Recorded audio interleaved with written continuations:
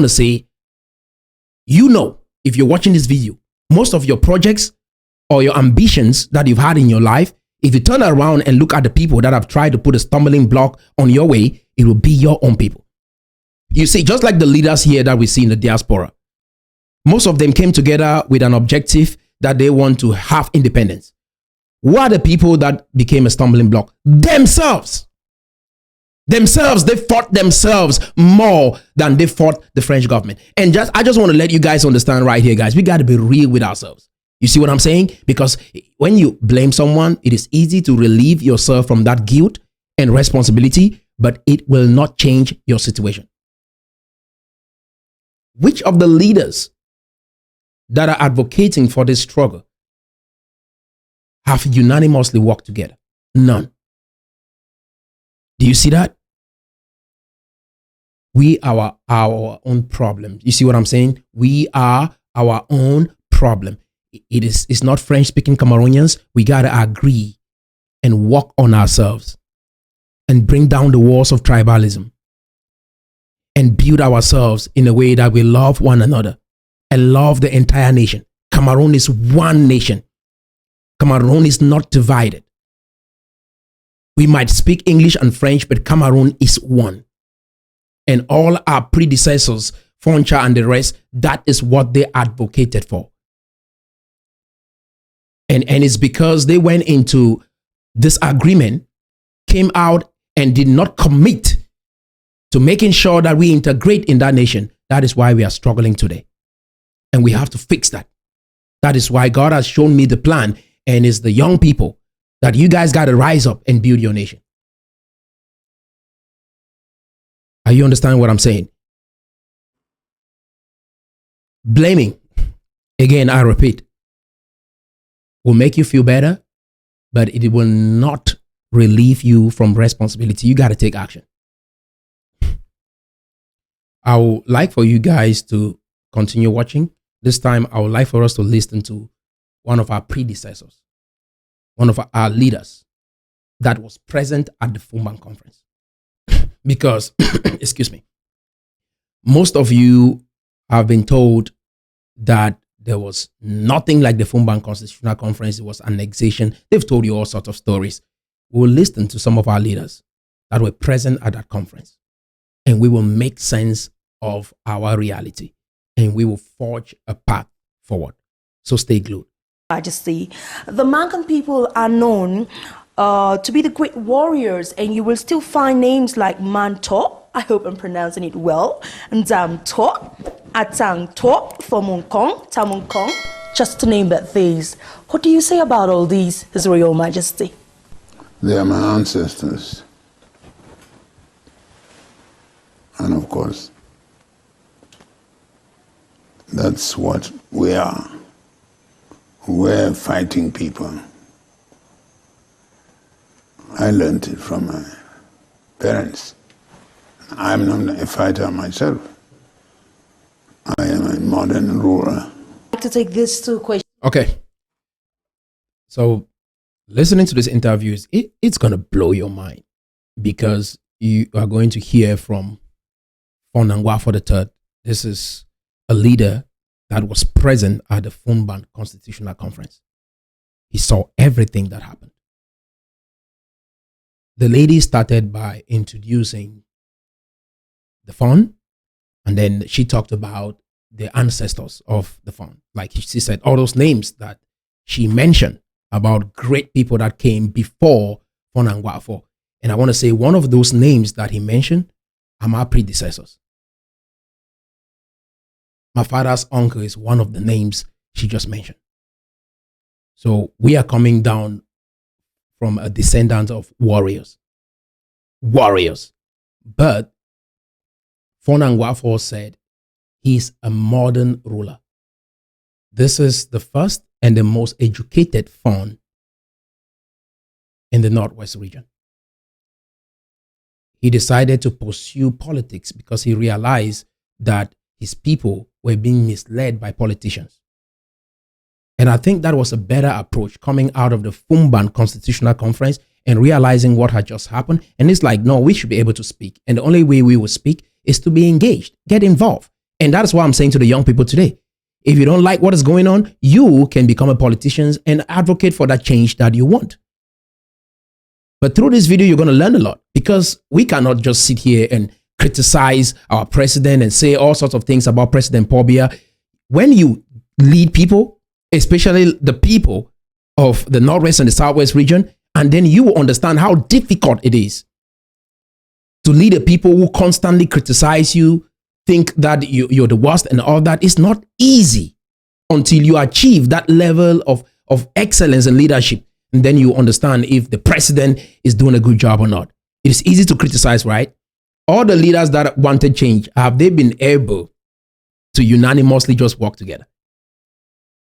You think it's easy for our president, Paul Biya, to have members of his cabinet hold them together for this length of time? You think it's that easy?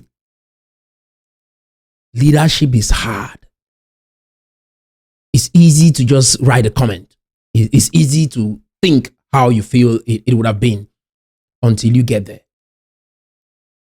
We didn't value the peace that we had in Cameroon. Look at a nation like Ukraine. They are in war right now. And Russia. We underestimated the peace that we've been enjoying in Cameroon until now. I'm talking to the Northwest and the Southwest people. You guys underestimated the value of peace.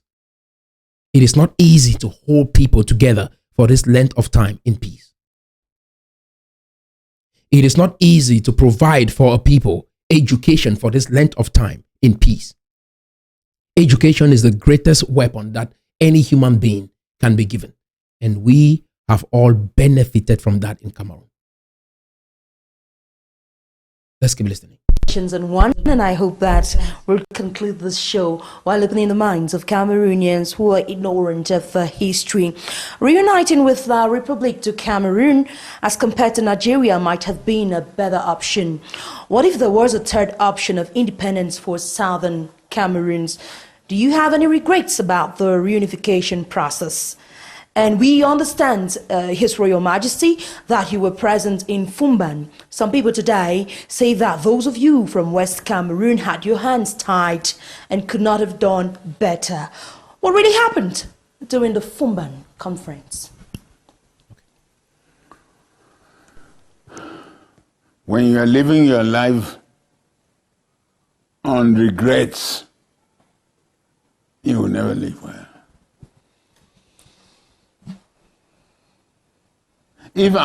When you are living your life on regret, you never live well.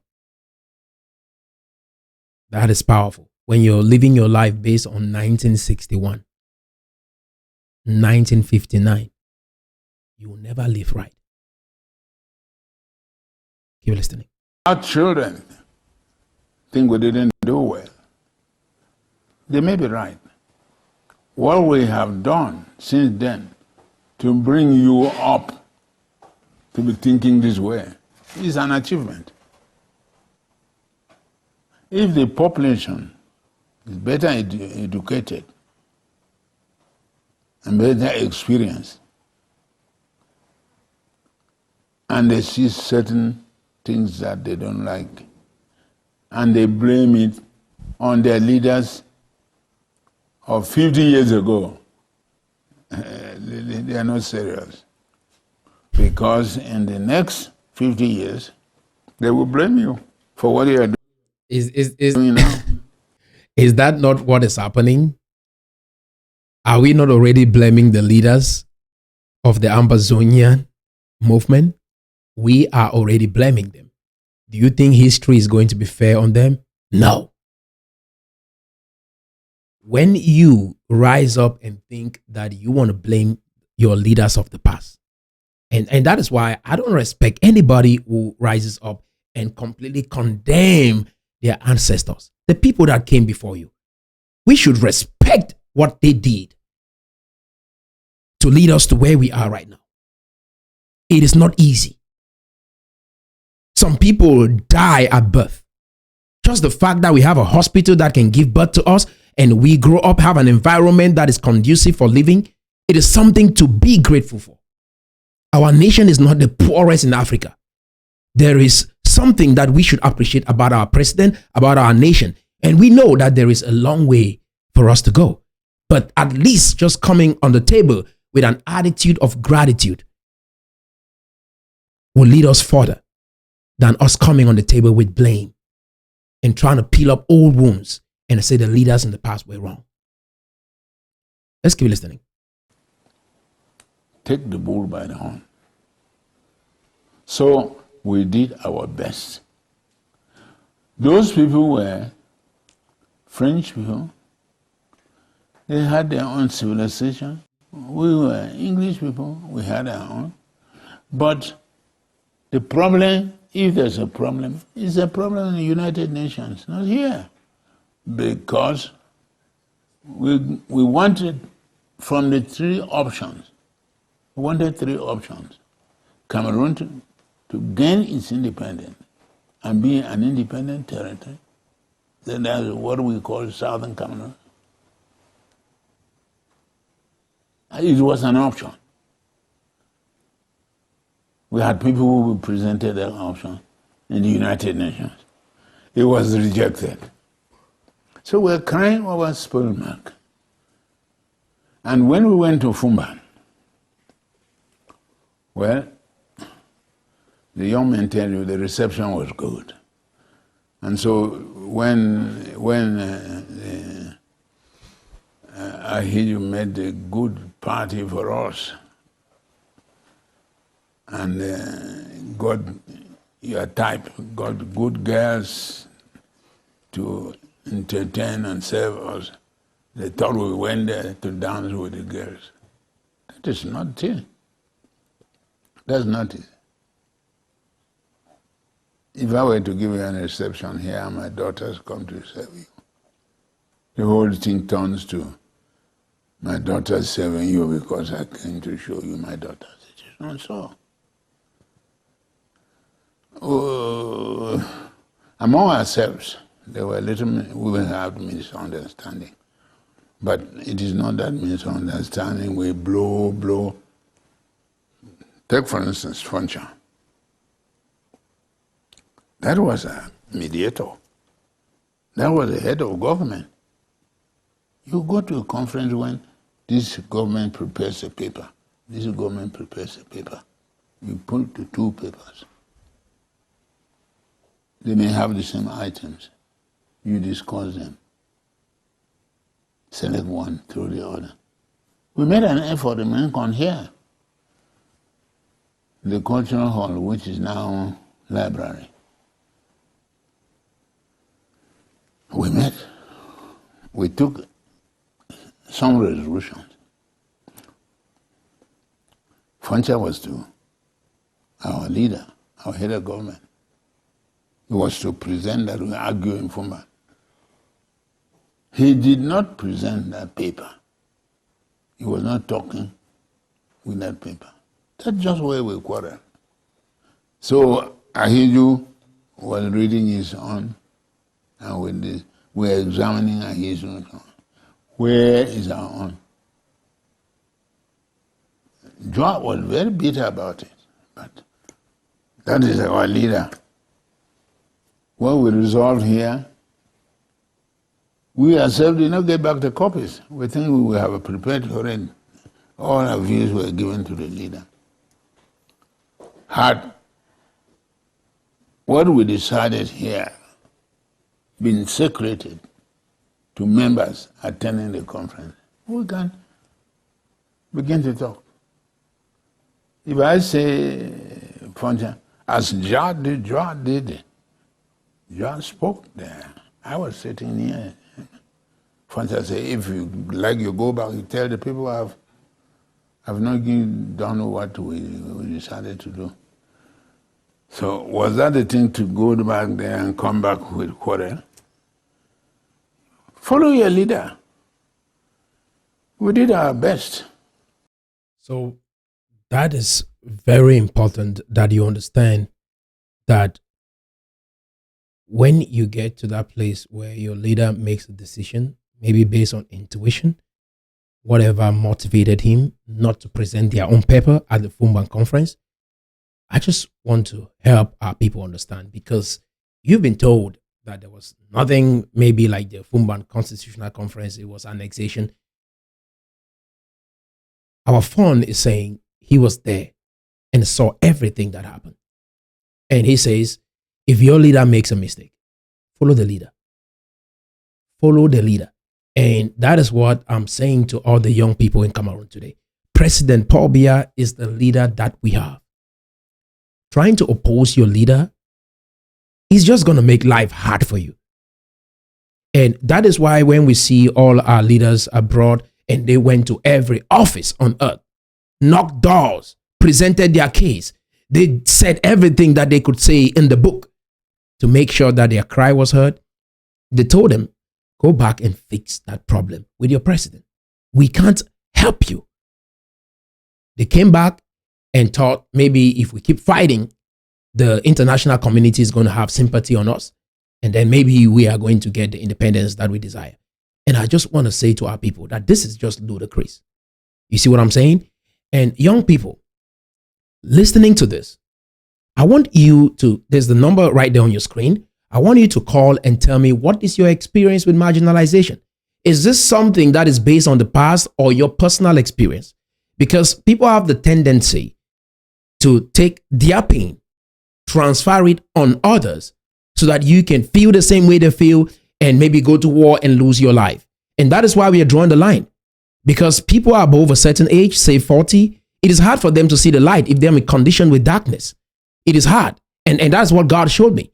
You see, it's the same story. That is why the children of Israel, when they were in the wilderness, and these old folks, they already had their mind set a certain way. And God said, these people can't make it into the promised land because of their thinking.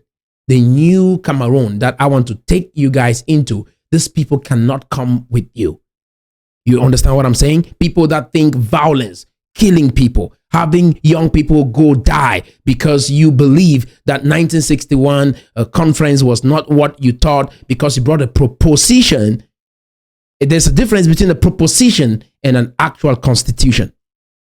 You can propose that this is what I want this nation to look like, but at the end of the day, it is what both parties agree on based on the structure of that nation that is going to stand. And mind you, English-speaking people, you guys at the time, you were not competent enough to lead yourself. You didn't have enough resources to lead yourself. You didn't have the leadership to lead yourself. It's still evident today. I will tell you guys, if you believe even that it's possible to achieve this independence, your leaders are the worst group of people that you can live under. That is the reality. And that is why we have to cut all of this trash. I mean, like, they are the worst people. Their vision is blurred, is flawed. Their ideas are lofty, some communistic and socialistic ideologies. All of these leaders, their vision for the kind of nation they want to take you into, they follow Eritrea, a nation with a GDP of approximately $2 billion. You live in a nation with a GDP of approximately 45 billion US dollars. They want to follow a nation that their GDP per capita is about $600. You live in a nation where the GDP per capita is approximately 1,600 or 1,700 US dollars. We are growing, guys. But one thing we have to understand is it is not up to the president alone to make this Cameroon dream become a reality. It will take cooperative effort. And some people like, we're praying, we've been waiting for somebody that will rise up and help us. And here am I. God has raised me to help us come out of this obscurity and darkness. Who are the first people to fight me? You. You see what I'm saying? You fight it like you think that somebody will show up with horns or show up in a white garment. And that is the kind of person that you think is going to lead you. And when I show up and I present my perspective on this case, and I'm like, I've seen our nation way back as 1472. No leader has stretched their thinking to even see what we were in 1472. Under the Portuguese, we were one people. Under the Germans, we were one people. Some people might have gone to form Chad, Equatorial Guinea, and other nations around Cameroon, but we were one people. Do you understand what I'm saying?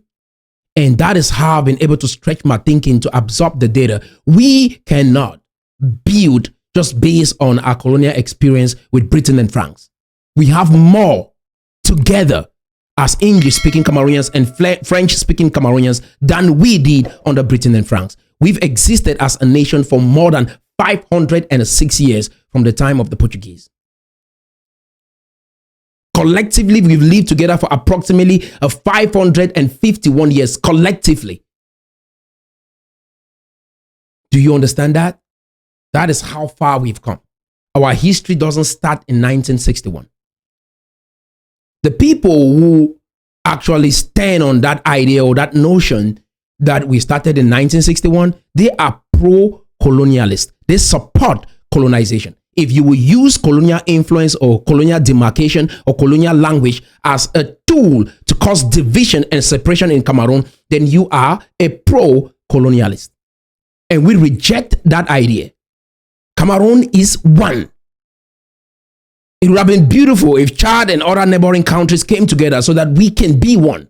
It would have been good because there's power in unity. Any idea of separation, cessation is of the devil. The Bible is clear with it, right? The devil comes to kill, to steal, and to destroy.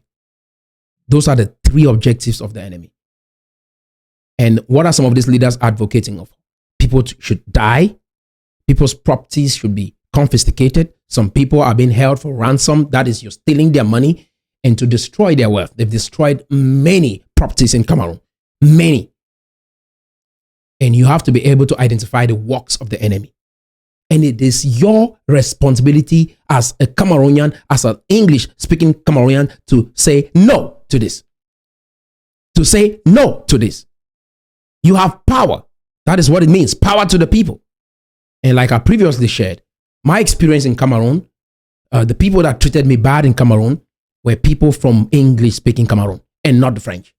The person who rescued me was a police officer, a police commander from the French side that stood by me and helped me to be free from the hands of my people. And if you heard the speech from Lee Wayne that I just previously played, and you realize that Lee Wayne says there's no racism in America. Why? Because when he shot himself at the age of 12, the police officers that came to that scene, a black person was included. They jumped over his body and did not look at him. It was a white man that took him to the hospital and treated him and made sure that he was alive. And so when he says there's no racism in America, people are like, oh, because why? They want you to only think in the group. And he said his claim. And when they realize after hearing his story, everyone has sympathy on him. And they understand why he would say there's no racism in America. Subjectively, what is your experience in Cameroon? How have you been marginalized? Because growing up, I've never experienced what these people are calling marginalization. They only want to transfer their pain in the past on me so that I can feel the way they feel. And they want me to go fight for that pain that they feel. This is marginalization. This is the real marginalization. You get what I'm saying? These old folks traveling abroad and trying to incite the young people to go fight, that is marginalization. You're trying to marginalize the minds of the youth with your pain so that they can go fight and die while you stay alive. That is real marginalization. Now they're asking you to pay taxes to them. That is colonization. And I say no paying of taxes to a colonial master. If you live abroad somewhere and you are trying to get the people on the ground to pay you taxes, that is colonization. If you've moved to another nation and you feel like you love it so much over there and you just want to kill the people down there, leave them alone. You can move on with your life. You are in a foreign nation. And there are countless opportunities for you out there to make a life and forget about the country if you don't like it. But there are some people, there are some of us that share the pain of these people and want to help them come out of these problems that they are dealing with. Do you guys understand what I'm saying? So, Cameroonians, you guys got to learn how to speak up. If you decide to say, oh, it doesn't affect me because none of your relatives has been touched right now, wait and just keep quiet. They're going to touch you very soon. They're going to touch you. And they might even kill you before you even realize it, that if I had my voice heard, denounce this barbaric act, you will create for yourself a safe environment. that will be conducive for you to be prosperous. None of these leaders have been able to unite. They have all sorts of ideas on how to divide themselves, fight among themselves. And I just want to let you guys know this is leading us nowhere. If they create a nation, be very scared to live in that nation. Their leaders were disunited in the past. They were not united in the past and created that confusion that they started spreading and feeding us with this indoctrination, these ideas that we have marginalized here today. And it's a big lie.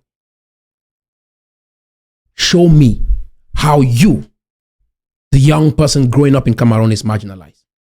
The only thing these people look at is resources, right? President Trump said a story in his book, The Art of the Deal.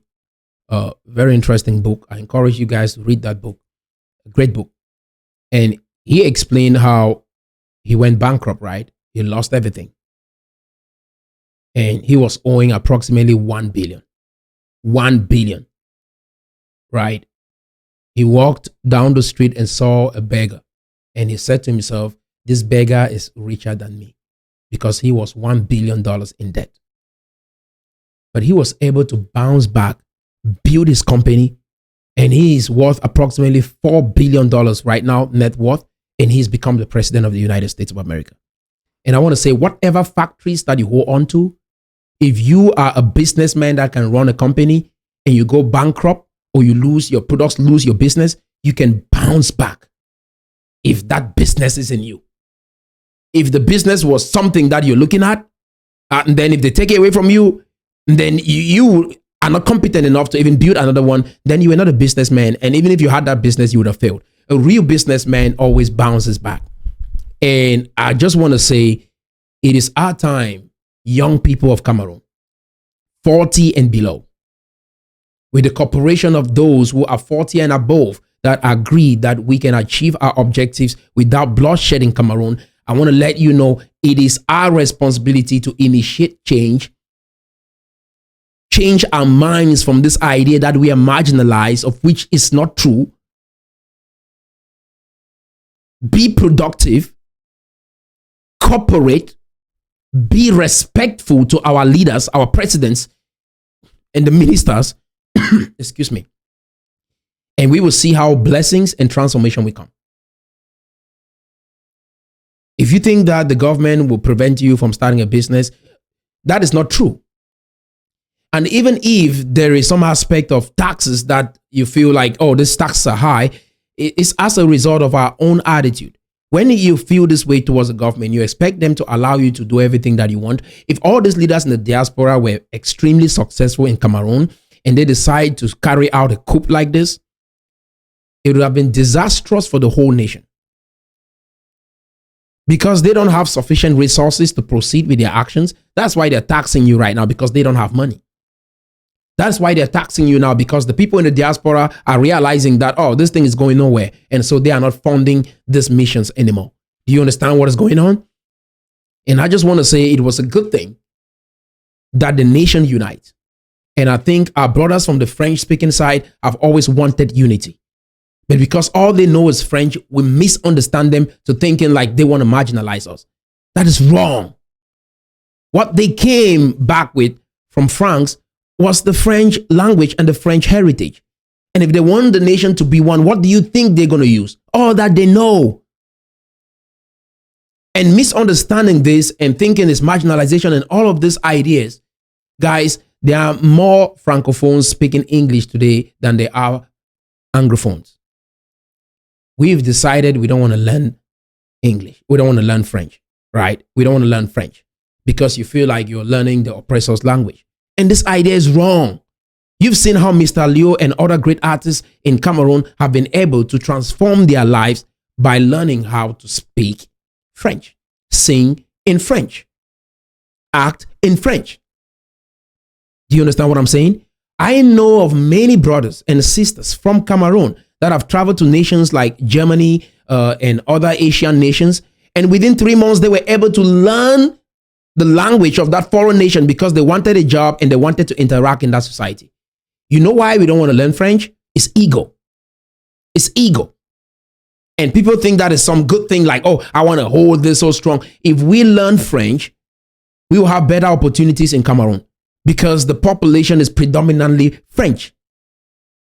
And so we stay in our own corner and want this illusion like, okay, if we probably just divide the country and have it all English, then we'll be able to thrive and succeed. It'll still be 8 million people. Our artists are saying, oh, the population is small. How can you make it big? By integrating, learning the French language, be able to sing or act in both French and English, and make for yourself in Cameroon a life. Do you understand that? Many of your brothers will learn foreign languages to survive in those nations. And I've seen them learn a language that they've never heard before. I was deceived as well. I wish growing up I was able to have that passion to learn French. It would have been of good to me. I didn't. You know why? Because of this indoctrination. Because of this indoctrination. So we refuse to learn French. Who's hurting today? You. Are you guys understanding what I'm saying? This is all we had from the colonial masters, guys. This is all we had from the colonial masters. And integrating and making the best use of it and be united, we would have created for ourselves better lives in that nation. Do you see the big picture? But if you're myopic in your thinking and you're like, oh, because just coming to speak to you guys and let you understand that we can do it in Cameroon, some people called me black leg. Some people, the same people that are praying for a leader. And I'm here blazing a trail, showing you guys what we are missing. And some of you, still you, not the Francophones fighting me, you, English-speaking Cameroonians fighting me, labeling me. Are you guys understanding? We are our own enemies, guys. We are our own enemies. It is not the French-speaking Cameroonians. We are our own enemies. We got to realize this. You guys are the one fighting me, questioning me, instead of asking, okay, so what is your plan? Let's look at the plan. How can we achieve this plan? No. What do you think you can do? Biya has not done it. Ninja Frunzi has not yet done it. What do you think you can do? So we think that a leader is going to appear in the sky. It's going to come from us, guys.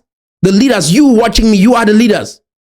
We are the people that we have been waiting for. There's no leader somewhere that's going to appear in the sky and save us. And if I come up with an idea, look into it. What am I presenting to you? Is it true? Does it make sense? Have I benchmarked with the best nations in the world and present a path that can help us achieve prosperity and success and peace and unity in Cameroon? No, you guys don't look at that. You don't ask questions. You come with opinions. If your opinions was good enough, guys, we would have been living in peace. If your opinions were good enough, we wouldn't have been in this crisis. If your thinking was good enough, you wouldn't be crying for jobs. If your opinion was good enough, you should have had a better life already in Cameroon. You should have been successful in whatever you set your minds on. Do you know why it's not working for you? Because that idea that you have in your head is not good enough. It's that simple. And you have to be willing to say, I will let go of this idea.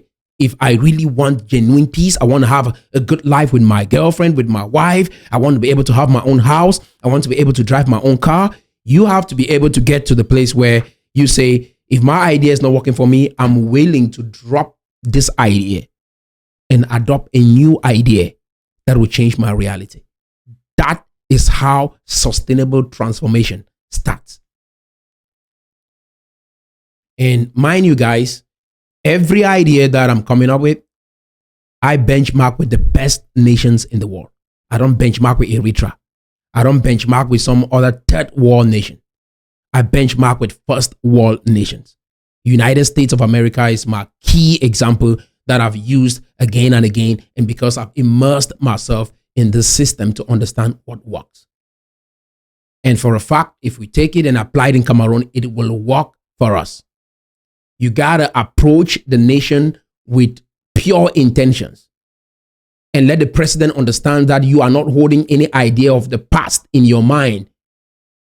And when you approach the nation that way, doors will open up for you. But if you come thinking that these people are your enemies and you're trying to make a way for yourself in that system, it is going to be hard for you. Mindset transformation is everything. Your energy alone is enough to stop your project in Cameroon. So let's keep listening. If our best does not suit you 50 years later, wait till your best today will not suit the people 50 years to come. Merger is well done. It'll be all right. What was your role on the plebiscite, His Royal Majesty? And is it true that people were ferried in from Buddha to come and vote? Very untrue. Very untrue. I've told by 1922, there was trouble in East Cameroon. They called it Njokmasi. And some of the people escaped into Mankon. The French administrators came to our deal here to get the people to go back.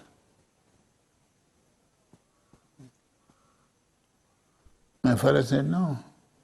If there's a problem, it is between you European nations. It doesn't concern.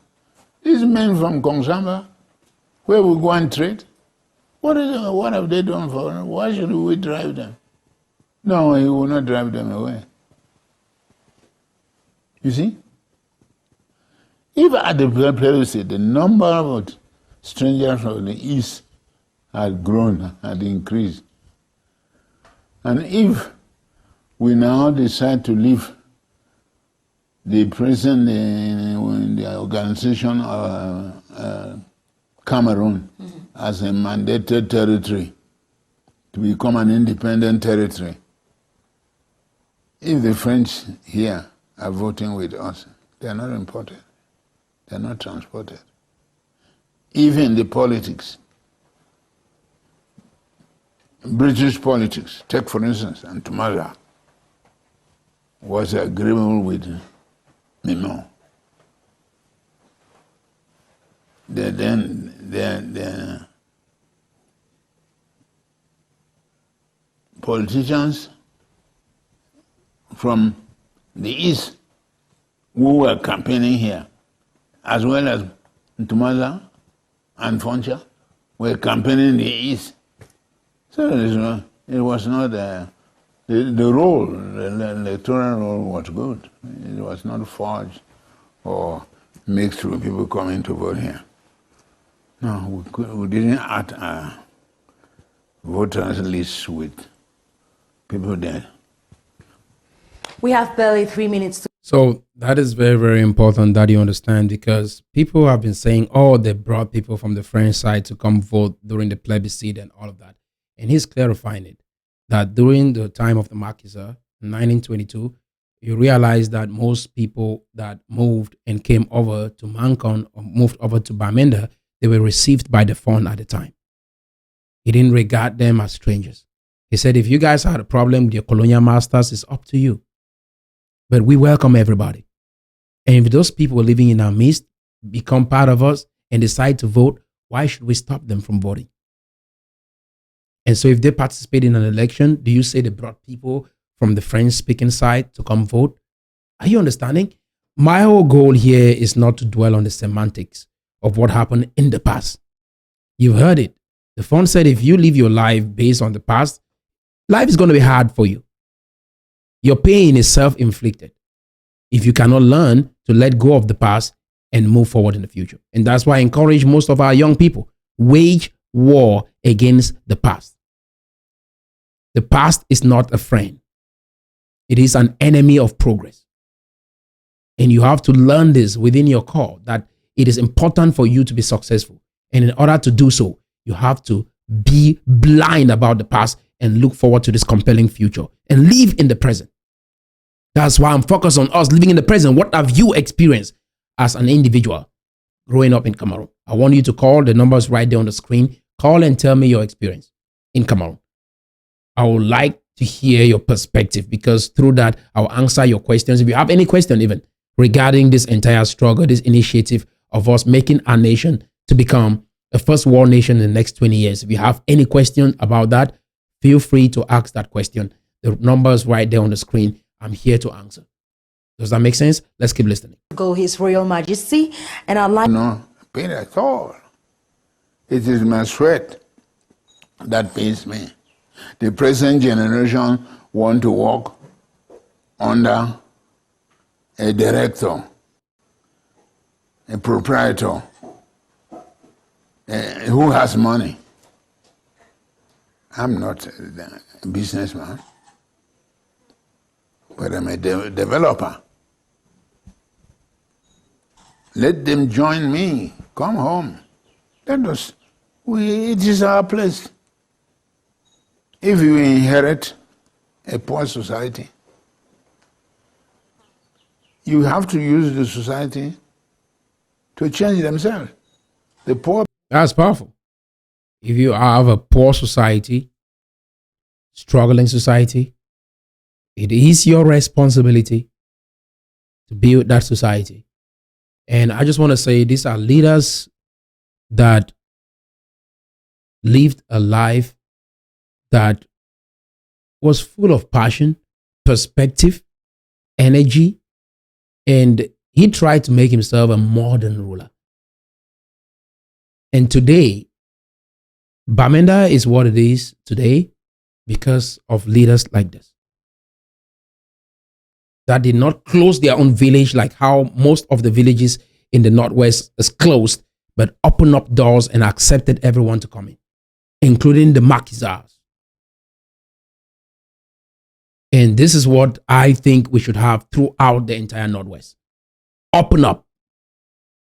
The reason why they are killing you guys right now and you cannot even speak up about what is happening with the Amber idea in the Northwest and the Southwest is because the Northwest, for example, we guys are caged up. It's easy to target one village and destroy everybody in there. You got to open up your village. Don't say, oh, this land here, we cannot sell to strangers. You got to open up and let strangers come in your midst. If not, something like this happens again in the future, you will be easily targeted. A tribe can be easily targeted. And most of these people will get away with it. But if you had different people from different parts of Cameroon in your village, in your community, it would have been hard for you to be targeted. Does that make sense? So you guys got to understand that it's dangerous to be closed. And now we want to even cut away from the nation and still be closed. And I just want to say that kind of thinking, that kind of project, that kind of mindset is going to lead us nowhere. We got to expand. We got to stretch. We got to interact. We got to integrate. And that is the way prosperity comes. It's not that we cage ourselves and then administer our little side of the nation. Some people talk about federation. What will you do with a federation? You cage up. And some people are, oh, we need dialogue. My question is, what is the dialogue going to be about? Can you guys tell us some of the things you're going to be dialoguing about, talking about when you come together with the president? We just need to go and start doing the right thing, guys. The dialogue will not help us. Issa Chiroma Bakari was talking with Chris Ano. He blew up the dialogue. And you think maybe you can skip Issa Chiroma Bakari and have a successful conversation with the president when you have conversation opportunity with a gatekeeper. And you lost it because you were trying to look at President Paul Biya sitting down on the table to talk with you. Sit there and say something. Can you say something meaningful? No, you came to prove a point. And this is what I want our people to understand. And also have perspective. And ask yourself the question, what do you think the dialogue is going to be about? What do you want to talk about? Federation, I think, is the worst idea for English-speaking Cameroonians. If we cage up, we're going to struggle. We got to expand across the whole nation. That is what we ought to be doing. My question for you is, what is that dialogue going to be about? What terms are you trying to renegotiate? We need to start doing the right thing, guys. Tell your boys to keep down their guns. And I'm saying this out there. This fight is unnecessary. The whole world has told us that they are not for us. Every nation in the world has said no to this idea. Not even Nigeria agrees with you guys on this. Every nation on earth rejects this idea. Why do we choose to be stubborn? Why do we choose to continue on this path? Stop it. Stop it and start doing the right thing. Start cooperating. Start loving. Do not betray your brother. If you see a brother that is doing something good, join them. Appreciate them. Stand with them. Don't have ulterior motives in your heart. This is very basic. This is what will help us bring ultimate transformation. Are you guys understanding what I'm saying? There's no other way, guys. Somebody should not travel from abroad and come back home and you think of poisoning them. You think of killing them. It's wrong, guys. They came back so that they can be able to bring back some of the ideas and money that they've worked abroad so that they can better the community. Why should you want to kill them? Why should you wish them dead? You understand what I'm saying? Paul Biya cannot remove this kind of pain and bitterness and hatred in our hearts. We have to do that, guys. It's not Paul Biya's fault. It's not Paul Biya's fault that you start a business and employ your own brother or sister and they show up late. Don't take your business serious, eat up the capital and move on. It is not Paul Biya, guys. It is us, guys. Do you understand what I'm saying? All of this will take a heart transplant for us to change our own hearts, to live together and love one another. One of your brothers is smart and intelligent or sister, and you see them and you wish they were dead instead of embracing them, raising them up, praising them so that we can be able to see that something good can come out of us. No, we condemn them and criticize them. It is a problem, guys. It has nothing to do with the president, guys. Paul Biya is not the cause of all these leaders abroad being divided like the way they are. Do you understand? The problem is within. It's within. We must accept this fact and fix it to the best way possible before we start thinking of, oh, how can we address the nation? Address yourselves, guys. Nobody will stand and tell you the truth the way I do. And some people will say this and they will call you blackleg again. Who are you wanting to come up and bring change in that nation? If not us. If not us, if not one of us. If your idea is not working for you, you got to listen to something new that can change your mind. Do you understand what I'm saying? People have to grow rich by working, not by admiring other rich people and leaving their own poor place to go and join and live in a place where the people pay. We don't pay. Community development has been our main source of financing our projects. You see? So involving in the community and helping to develop the community has been the primary way that we've been able to have prosperity in our nation. And that is what I'm initiating right now. Love for ourselves, promoting our own products, having faith in our own nation, building exponentially, modeling first world nations, not African nations, not third world nations, looking up to first world nations. You guys understand what I'm saying? Say, as soon as the British troop left, you know, the British trained a mobile wing, with not many at all. So the gendarme came to help the mobile wing and to man some of the places. And when they came, the mobile wing was holding some part of the stations, and they were holding other parts. But they despised the mobile wing, whereas the mobile wing also despised them because they had no form of military maneuver as they. Most of the terrorists were captured by the mobile wing, Southern Cameroon mobile wing. They combed the frontiers of the Mongo, Santa, and brought out some of the terrorists who were happening there. And of course, it was the Nigerian, from Nigeria, I mean the Nigerian forces which left Nigeria.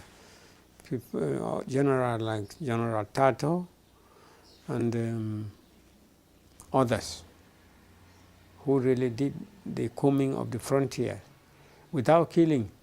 They didn't kill the terrorists. They rounded them up, used them to find out where the others were, treated them well, and then bring peace. So right there, Foncha is the main leader that was at the Fuban Conference. He just outlined something that I thought I'd draw your attention to. because some people thought maybe DTR is a terrible idea. And this is an initiative that was used back in the day. They captured the terrorists. They did not treat the terrorists bad. They treated them well, and then used the terrorists to go show where their friends were so that they can capture them as well. The terrorists that rebel are the ones that died. But if they peacefully surrendered, they received them. And some people have thought like, oh, the DDR is a bad initiative. No, this is something that was used, a strategy that was used in the past to help bring peace when there was a political upheaval or terrorism in the nation. And he just said it. This is exactly what they did. And the gendarmes came into our territory to help suppress the rebellion. And people have all sorts of ideas that they will spread around about the DDR center. And young people, do not engage in any act of violence. This will not help you. You have been misguided. And if you do not listen to what I'm saying right now and continue in this way and you end up dying, you chose that path. You chose that path. Ask yourself the question, how did the government marginalize you personally? You, this young person, that you've been indoctrinated to pick up guns to go fight. How has the military or the government marginalized you personally? I would love to hear your personal experience with the idea of marginalization in Cameroon. Because people just say all of these things in a vacuum and we don't take the time to actually look at it and like, when and how were you marginalized in Cameroon? I've never experienced marginalization in Cameroon. But my business has been destroyed by my own people. The people that are hired from the Northwest messed up my business, messed up my projects in Cameroon. I love to hear your personal story. Let's keep listening.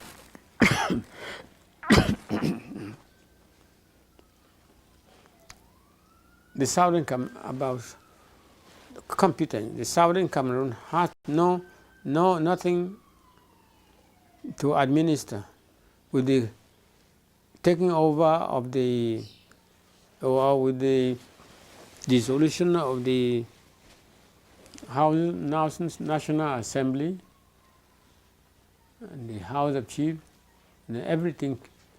There was no authority in the Southern Cameroon. That's what is. Okay, you heard that? The Southern Cameroonians claim like, oh, they would have had their independence. But Foncha is saying they didn't have enough to administer themselves. There was no leader that could handle that objective. And I just want to let you know, this is a leader that was there, present. He's the one who led us to this union in that nation. And to throw light to what he said, and I just want to make it clear that we did not have what it takes. And today, if we do not start raising our leaders, because some people don't understand how leaders are built, right? You start by having the spirit to lead. You go out there, you present your ideas among your people. They see how transformative those ideas are. As you praise them, encourage them, they grow in that leadership spirit. If someone shows up with an idea and you think the first thing is to criticize it because you think, oh, maybe you were the one who would have come up with that idea or someone else would have been the one to come up with that idea, you are already putting a hindrance on your way. You see what I'm saying? And that is how we develop leaders. Visionaries that rise up with ideas that you think, oh, this can actually transform our lives, and we unanimously cooperate and follow that direction. That is how we build leaders that we can look at. Ninja Mfrundi, without the cooperation of the people in Cameroon, Ninja Mfrundi wouldn't have just stood up there and say, I am SDF and this happened. No, the people said, yes, we need a leader like you who was willing to rise up and believe that he can build a political party and forge a path for the people. He said his power to the people, and the people rose up. Right now, as I'm saying these things that I'm saying right here to Cameroonians below the age of 40 and those above that don't believe in violence but believe in peace, these are the people I'm talking to. If you rise up and say, yes, we will do it in a very short time. My target is 2 years. We can we can quench this rebellion in our nation and be able to forge a path forward. 2 years, that is my plan. And start building on this Cameroon dream, without which nothing is going to happen. You, everyone watching, failing to even share this video to a friend or a brother so that they can listen and grab the information. You guys talk about it. Share your opinions. That is how we start building. Reach out to me and tell me what you're good at, what you can contribute. That is how we start building. It will take block by block. You doing it in your family, in your community, in your field of study, whatever that is. I am here with the torch to point the light so that you can walk to the direction of the light.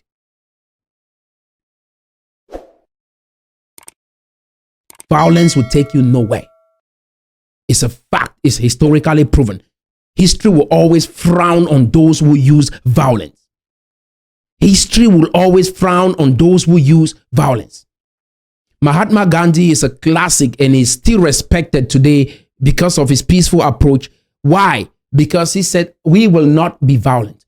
And if you see today, you look at the war, why do most Americans want to work with Indians? Because they are a peaceful people. When they come around, you can just feel it. Most of them are peaceful. Most of them I've seen in America, they just want peace. And they believe in self-responsibility. They believe in taking responsibility for your actions, taking responsibility for your own life, and believing that if it's up to be, it's up to you. And that is why the Indians are admired around the world. And these are some people that we can model some good habits from them. And be peaceful people. Even if I disagree with you, be peaceful. Do you understand that? That is why the Indians are admired by many nations, by the world today. They hire them first here in America before they'll even think of the other nations. And I just want to say it's because of their peaceful approach in conflict resolution. Mahatma Gandhi was the pioneer of that initiative. And he said we can achieve more. We can take over our nation, even from Britain at the time, through this peaceful approach. And that is the greatest form of conquering the enemy, is through peace. But I don't even see why we are fighting. What is the need? What is the need for us fighting, guys? There's no rationale in our fighting. You, a young person growing up in Cameroon, what did you experience that you really call marginalization? Did you experience any marginalization of any kind? Or these old folks had their ideas in their mind based on the past and they're trying to project it through you and using you as a tool, as an experiment? The Southern Cameroon to commemorate independence for the Southern Cameroon, Independence Day, which was the plebiscite day, because there was no other greater thing achieved in the Southern Cameroon than by voting so massively for independence and unification. The 11th February is a historic day for the Southern Cameroon, which should be commemorated. That was formed by me and my government of the Southern Cameroon in 1964. Then 1968, well, the East Cameroon were imitating, want to imitate it. So Ayaba thought it should be centralized, it should be made central. So he centralized it to be also practiced in all parts of the federation. Isn't that amazing? Do you guys understand what is happening with us right now?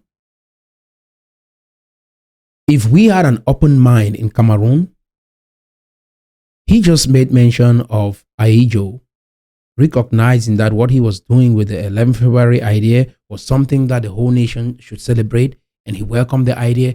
If you have an open mind, guys, in Cameroon, do you know how many great ideas will be received? But if the president will think that this is how the Bamenda man feels towards the nation, or the Southwest man feels towards the nation, do you know how much of an hindrance that would be when you want to propose an idea in Cameroon? We got to let our nation. That is why I'm putting together this group of people so that we can reintroduce ourselves in Cameroon. These young people that feel like they have been misled or marginalized, we want to be able to reframe our thinking. as people who believe in that nation, present ourselves to that nation, and see if our ideas will be rejected in that nation. We have to show to Cameroon, to our nation, that we love that country, we want to build that country, we want to make it better, and then we will see if they will say, no, we reject your ideas if you come with an open, genuine heart to contribute to the prosperity of that nation. That is my strategy. Aijo welcomed his idea. Did you see that? If something is good, everyone wants to embrace it. If something is bad, everyone will reject it. If this whole secession idea or independence of Ambazonia idea was a good thing, the whole world would have embraced it. There is no nation on earth that I've gone to and presented a good idea and they said no to it. Everyone welcomes something good. Do you understand that? Everyone loves something good, except you're just an evil person. But most people will accept something good. And that is where we are going with this movement.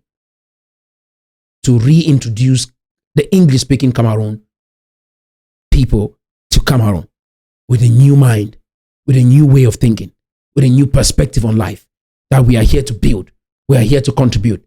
We are not here to only ask what Cameroon or French-speaking Cameroonians can do for us. We are here to say we too can contribute. We will ask, what can we do for our nation? What can we do for Cameroon? What can we do so that we can be united? What can we do so that we can be prosperous? What can we do so that we can make a remarkable contribution to the progress of that nation? That is the question, guys. That was 1960, about 1968, 4 years after. But he did not say that. 7. I'm not counting the earlier years, going back to 1844, when the British concluded treaties with our coastal chiefs. But when they took effective occupation of our coastal land was in 1885, and that territory was named Victoria after Queen Victoria. Okay, so this is very important. I just want to have this video play a little bit and I'll stop it. But what I want you to see in this video, some of our leaders in the diaspora, right? They knock on offices of foreign nations and they try to present their plight and all that. I want you to see how uncomfortable people are around the world just listening to us speak. Because people want the world to be united today than separated. People are moving towards a more united world and not a separate world. You see what I'm saying? And having all these ideas going way back in the past and digging up old wounds is just bizarre. It's annoying. It's frustrating. It's draining. People come and sit in your midst and hear your story. They are not smiling. They are not happy. See how their faces are gloomed. They are just tired. You see, this is how people feel when you knock their offices and walk in with these stories. Quit, guys. This is 5 years ago. He came in with this story to tell the people how they've been treated poorly. It's just draining.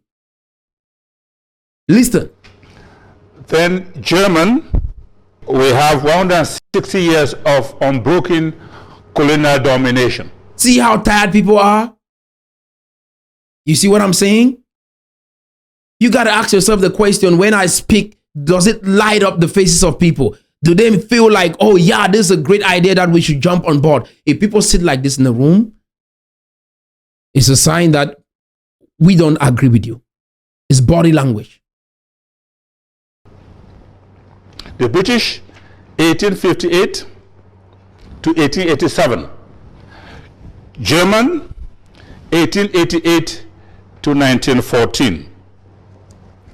British again, from 1914 to 1961. And since 1961, French Cameroon to this date. This, you would imagine, is a unique concatenation in this African continent.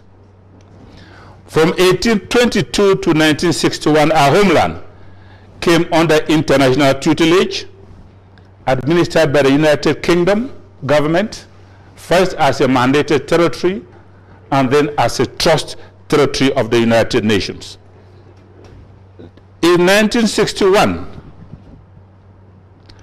when French Cameroon took over as a new colonial authority in our homeland,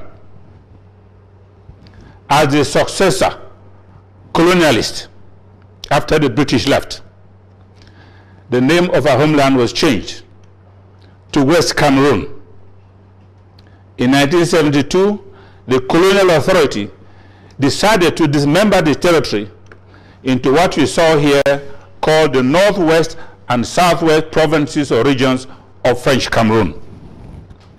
And that is how it's been projected. Northwest, Southwest province of French Cameroon. On the 1st of October, do you see people's faces?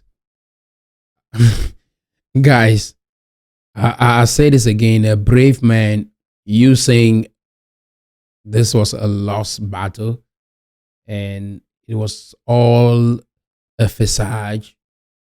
This kind of thinking is leading us nowhere. We've harbored these ideas for more than 50 years, and just to present it to the world and everybody says we don't agree with you, it's a sign from God, and you backing off that idea doesn't make you weak.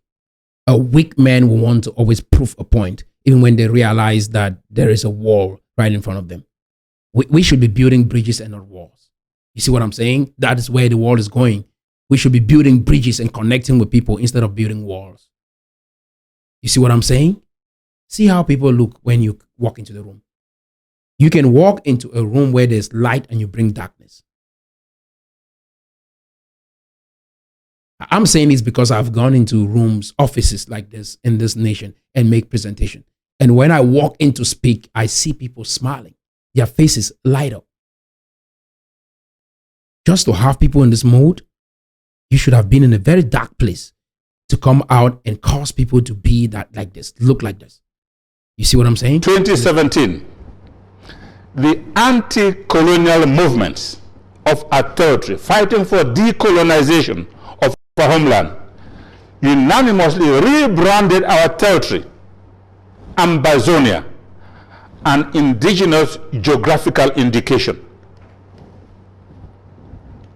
So, throughout this my short presentation, I shall refer to the former British Southern Cameroons by its sovereign name, Ambazonia.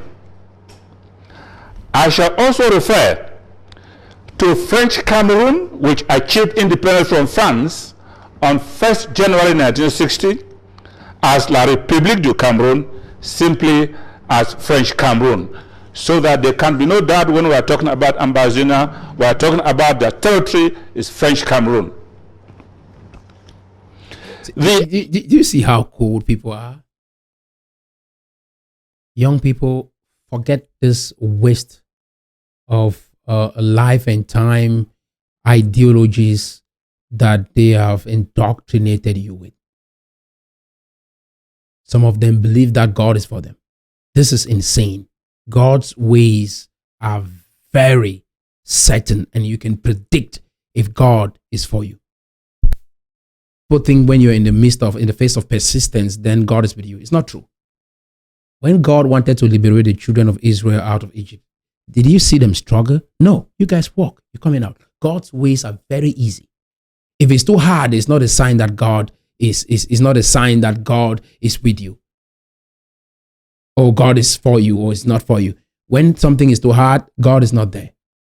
Do you understand what I'm saying? I say when something is too hard, God is not there. Because if God is God and has all the power, his ways are always easy. That's why you see the way Jesus Christ healed people. Just touch the eyes, they see. Hold their hands, they stand up and walk. It was that easy. God's ways are not hard. If something is hard, God is not there. And it took me time to learn this. Because some people was like, oh, you got to persist. You got to keep going. No. If something has to be too hard for you to achieve, God is not there. God's ways are easy. The people left Egypt. They are walking into the promised land. They're like, oh, we're going to go fight. No. God said, just go march around the city. And as you march around the city, the walls of Jericho will come down and you will take the land. God's ways are easy. Gideon was going to fight. And God said, no, you got a lot of people with you. If you go fight with these people and win, you think you have all the strength. I'll cut it down. I want to show you how effortlessly I achieve results.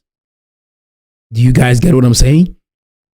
Do not follow this corpse into the grave. You'll be a stubborn fly that just follow the corpse right down there into that grave. Let this old generation with this old idea pass away. We are creating a new breed of people. A people that believe in their talent, a people that believe in themselves, a people that believe in their resources and believe that what you have to offer in that nation will be accepted and not rejected. Faith in yourself, faith in your nation, faith in your people. That is the new breed of people that we are raising in this dispensation. That is the new breed of people I'm presenting to Cameroon. Do you guys understand? I know this will be a challenge for some of you if you've been conditioned for 7 years. You keep hearing the same thing, that you're marginalized. Some of these things you have to watch and still watch my videos again, watch more of my content to get where I'm going to. You see what I'm saying?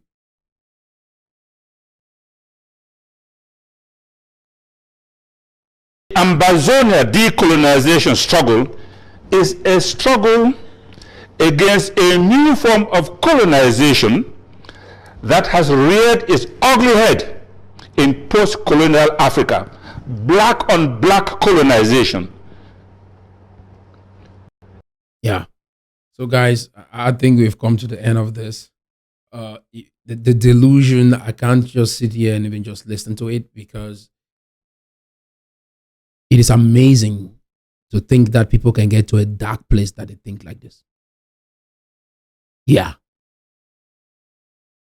That you can be that delusional, that you get to a place where this is what you think.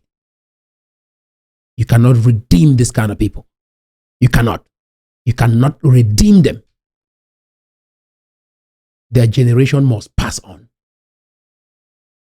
You understand what I'm saying? You cannot redeem this kind of people. Their generation must pass on. This kind of people, God leaves them in the wilderness. Either they end up in the diaspora, which is the new wilderness, and then they will pass on. The young people shall rise up and be able to think clearly and see their history for what it really is and face the realities that they are experiencing right now and initiate change for themselves. You understand what I'm saying? You cannot redeem them. Stop wasting time trying to have a conversation with this kind of people thinking it will lead you anywhere. No, they are fixed and set in their ways. And God told me, all of these people are above 40. They cannot be redeemed if they keep thinking that way. So forget them. Look at the young people that have ambition, want to change and want to grow, and work with them to bring about change and prosperity in Cameroon. And that is the mission we are on here. So if you believe in this vision, we welcome you. We welcome you, and together we're going to get there. We are going to achieve the Cameroon dream. The Cameroon dream is possible for you and I. It's possible for our entire nation. It's possible for us to grow and be prosperous. So I hope this message was inspiring to you. I hope you got some value out of it. I hope that you feel in your spirit that this is the kind of change that we should be experiencing in that Cameroon, and not some elusive, communistic, socialist utopia that is propagated by some zealous people. This is where we are going with Cameroon. It is our job. We are the people that we have been waiting for. I love you guys so much, and I hope this message was inspiring to you. I hope you took notes so that you go back and review them and start asking yourself the question, how can I be productive in my environment? How can I be productive in my nation? How can I contribute? The word to wise is sufficient.